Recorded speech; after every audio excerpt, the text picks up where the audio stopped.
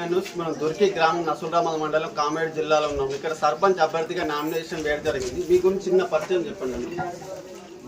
నా పేరు ఉడతా నారాగౌడు. ఓకే. సర్పంచ్ అభ్యర్థిగా ఎవరైతే ఉమా, మా భార్య ఉమా. మండలం నసురాబాద్, జిల్లా కామారెడ్డి. సర్పంచ్ అభ్యర్థిగా పోటీ చేయాలనే ఆలోచన మీకు ఎక్కడి నుంచి వచ్చింది? అసలు నామినేషన్ ఎందుకు చేశారు? ఏ సేవావంతో చేశారు? సర్పంచ్గా ఎందుకు వేసినామంటే గ్రామంలో సమస్యలు ఏదైనా ఉంటే గ్రామం అభివృద్ధి చేద్దామని చెప్పేసి గ్రామ అభివృద్ధి ముందుకు తీసుకెళ్ళి గ్రామం పరిశుభ్రంగా ఉంటుందామని నిలబడ్డాం. గ్రామంలో ప్రధాన సమస్య ఏమైంది? మన దుర్కి గ్రామంలో గ్రామ స్థాయిలో గ్రౌండ్ వర్క్ కింద ప్రధాన సమస్య ఏమైంది? ప్రధాన సమస్య ఏముందంటే నీటి సమస్య మరియు విద్య వైద్యం కోసం కూడా సమస్యలు ఉన్నాయి. అవన్నీ సమస్యలు కూడా మేము గెలిచినాక ఆ సమస్య తీర్చుతామని చెప్పేసి ఈ గ్రామాన్ని ముందుకు తీసుకెళ్దామని సర్పంచ్గా పోటీ చేసి గుర్తింపు తెద్దామని అనుకుంటున్నాం. అసలు గ్రామ స్థాయిలో రోడ్లు మరియు డ్రైనేజీ విషయంలో మీరు ఎలాంటి చర్యలు తీసుకోకపోయినా సర్పంచ్ అభ్యర్థి గెలుపొందితే ప్రజెంట్ మీరు చర్యలు ఏం తీసుకుంటారు? రోడ్ల విషయం గెలవగానే ఫస్ట్ రోడ్లు కానీ మోరీలు కానీ తాగునీటి సమస్య ఫస్ట్ దాని మీద దృష్టి పెట్టి గ్రామాన్ని పరిశుభ్రంగా ఉంచుతామని చెప్పేసి అనుకునే ముందుకెళ్తున్నాం. ఓకే. తర్వాత గ్రామ స్థాయిలో మన దొరికి గ్రామ స్థాయిలో యువత మరియు మహిళల పైన ఎలాంటి చర్యలు తీసుకుంటారు? ఎందుకంటే యువత పైన దేశం ఆధారపడి ఉంది కాబట్టి యువత మరియు మహిళల పైన ఎలాంటి కార్యక్రమం నిర్వహించలేకపోతుంది.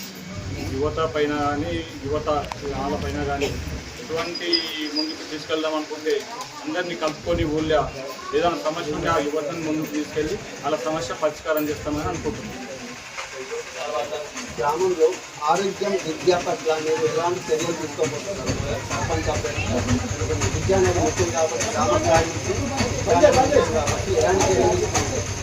ఒకవేళ మేము ఫస్ట్ సర్పంచ్ అయినాక విద్య కోసమైనా ఎటువంటి విద్య అయినా ఇక్కడ స్కూళ్ళు కానీ అంగన్వాడీ సెంటర్లు కానీ కొన్ని సమస్యలు ఉంటే కూడా ఫస్ట్ గెలవగానే ఆ విద్య మీదనే దృష్టి పెట్టి విద్యా సమస్యలు కూడా తీరుస్తామని అనుకుంటున్నాం.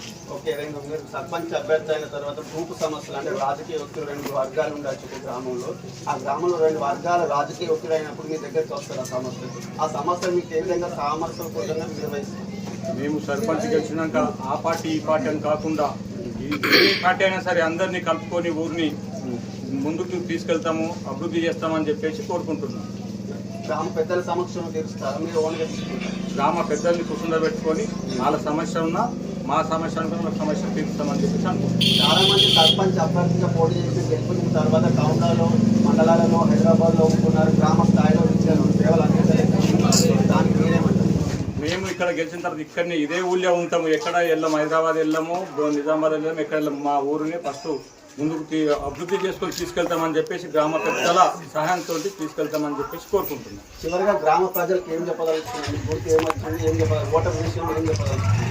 మా ఓటర్లకు ఏం చెప్పదలుచుకున్నాం? మా గుర్తు ఉంగరం గుర్తున్నది. ప్రజలకు అందరికీ ఇంటింటికి వెళ్ళి ఉంగరం గుర్తు ఓటేయని చెప్పేసి అవ్వలకు కానీ అక్కలకు కానీ అన్నలకు పెద్ద మనుషులకు అందరికీ వేసి గెలిపిస్తారని చెప్పి వాళ్ళు ప్రతి ఒక్కరు మాకు సహాయం చేస్తూ ఉన్నారు. ఓకే. దొరికి గ్రామంలో ఇది పరిస్థితి. Thank you.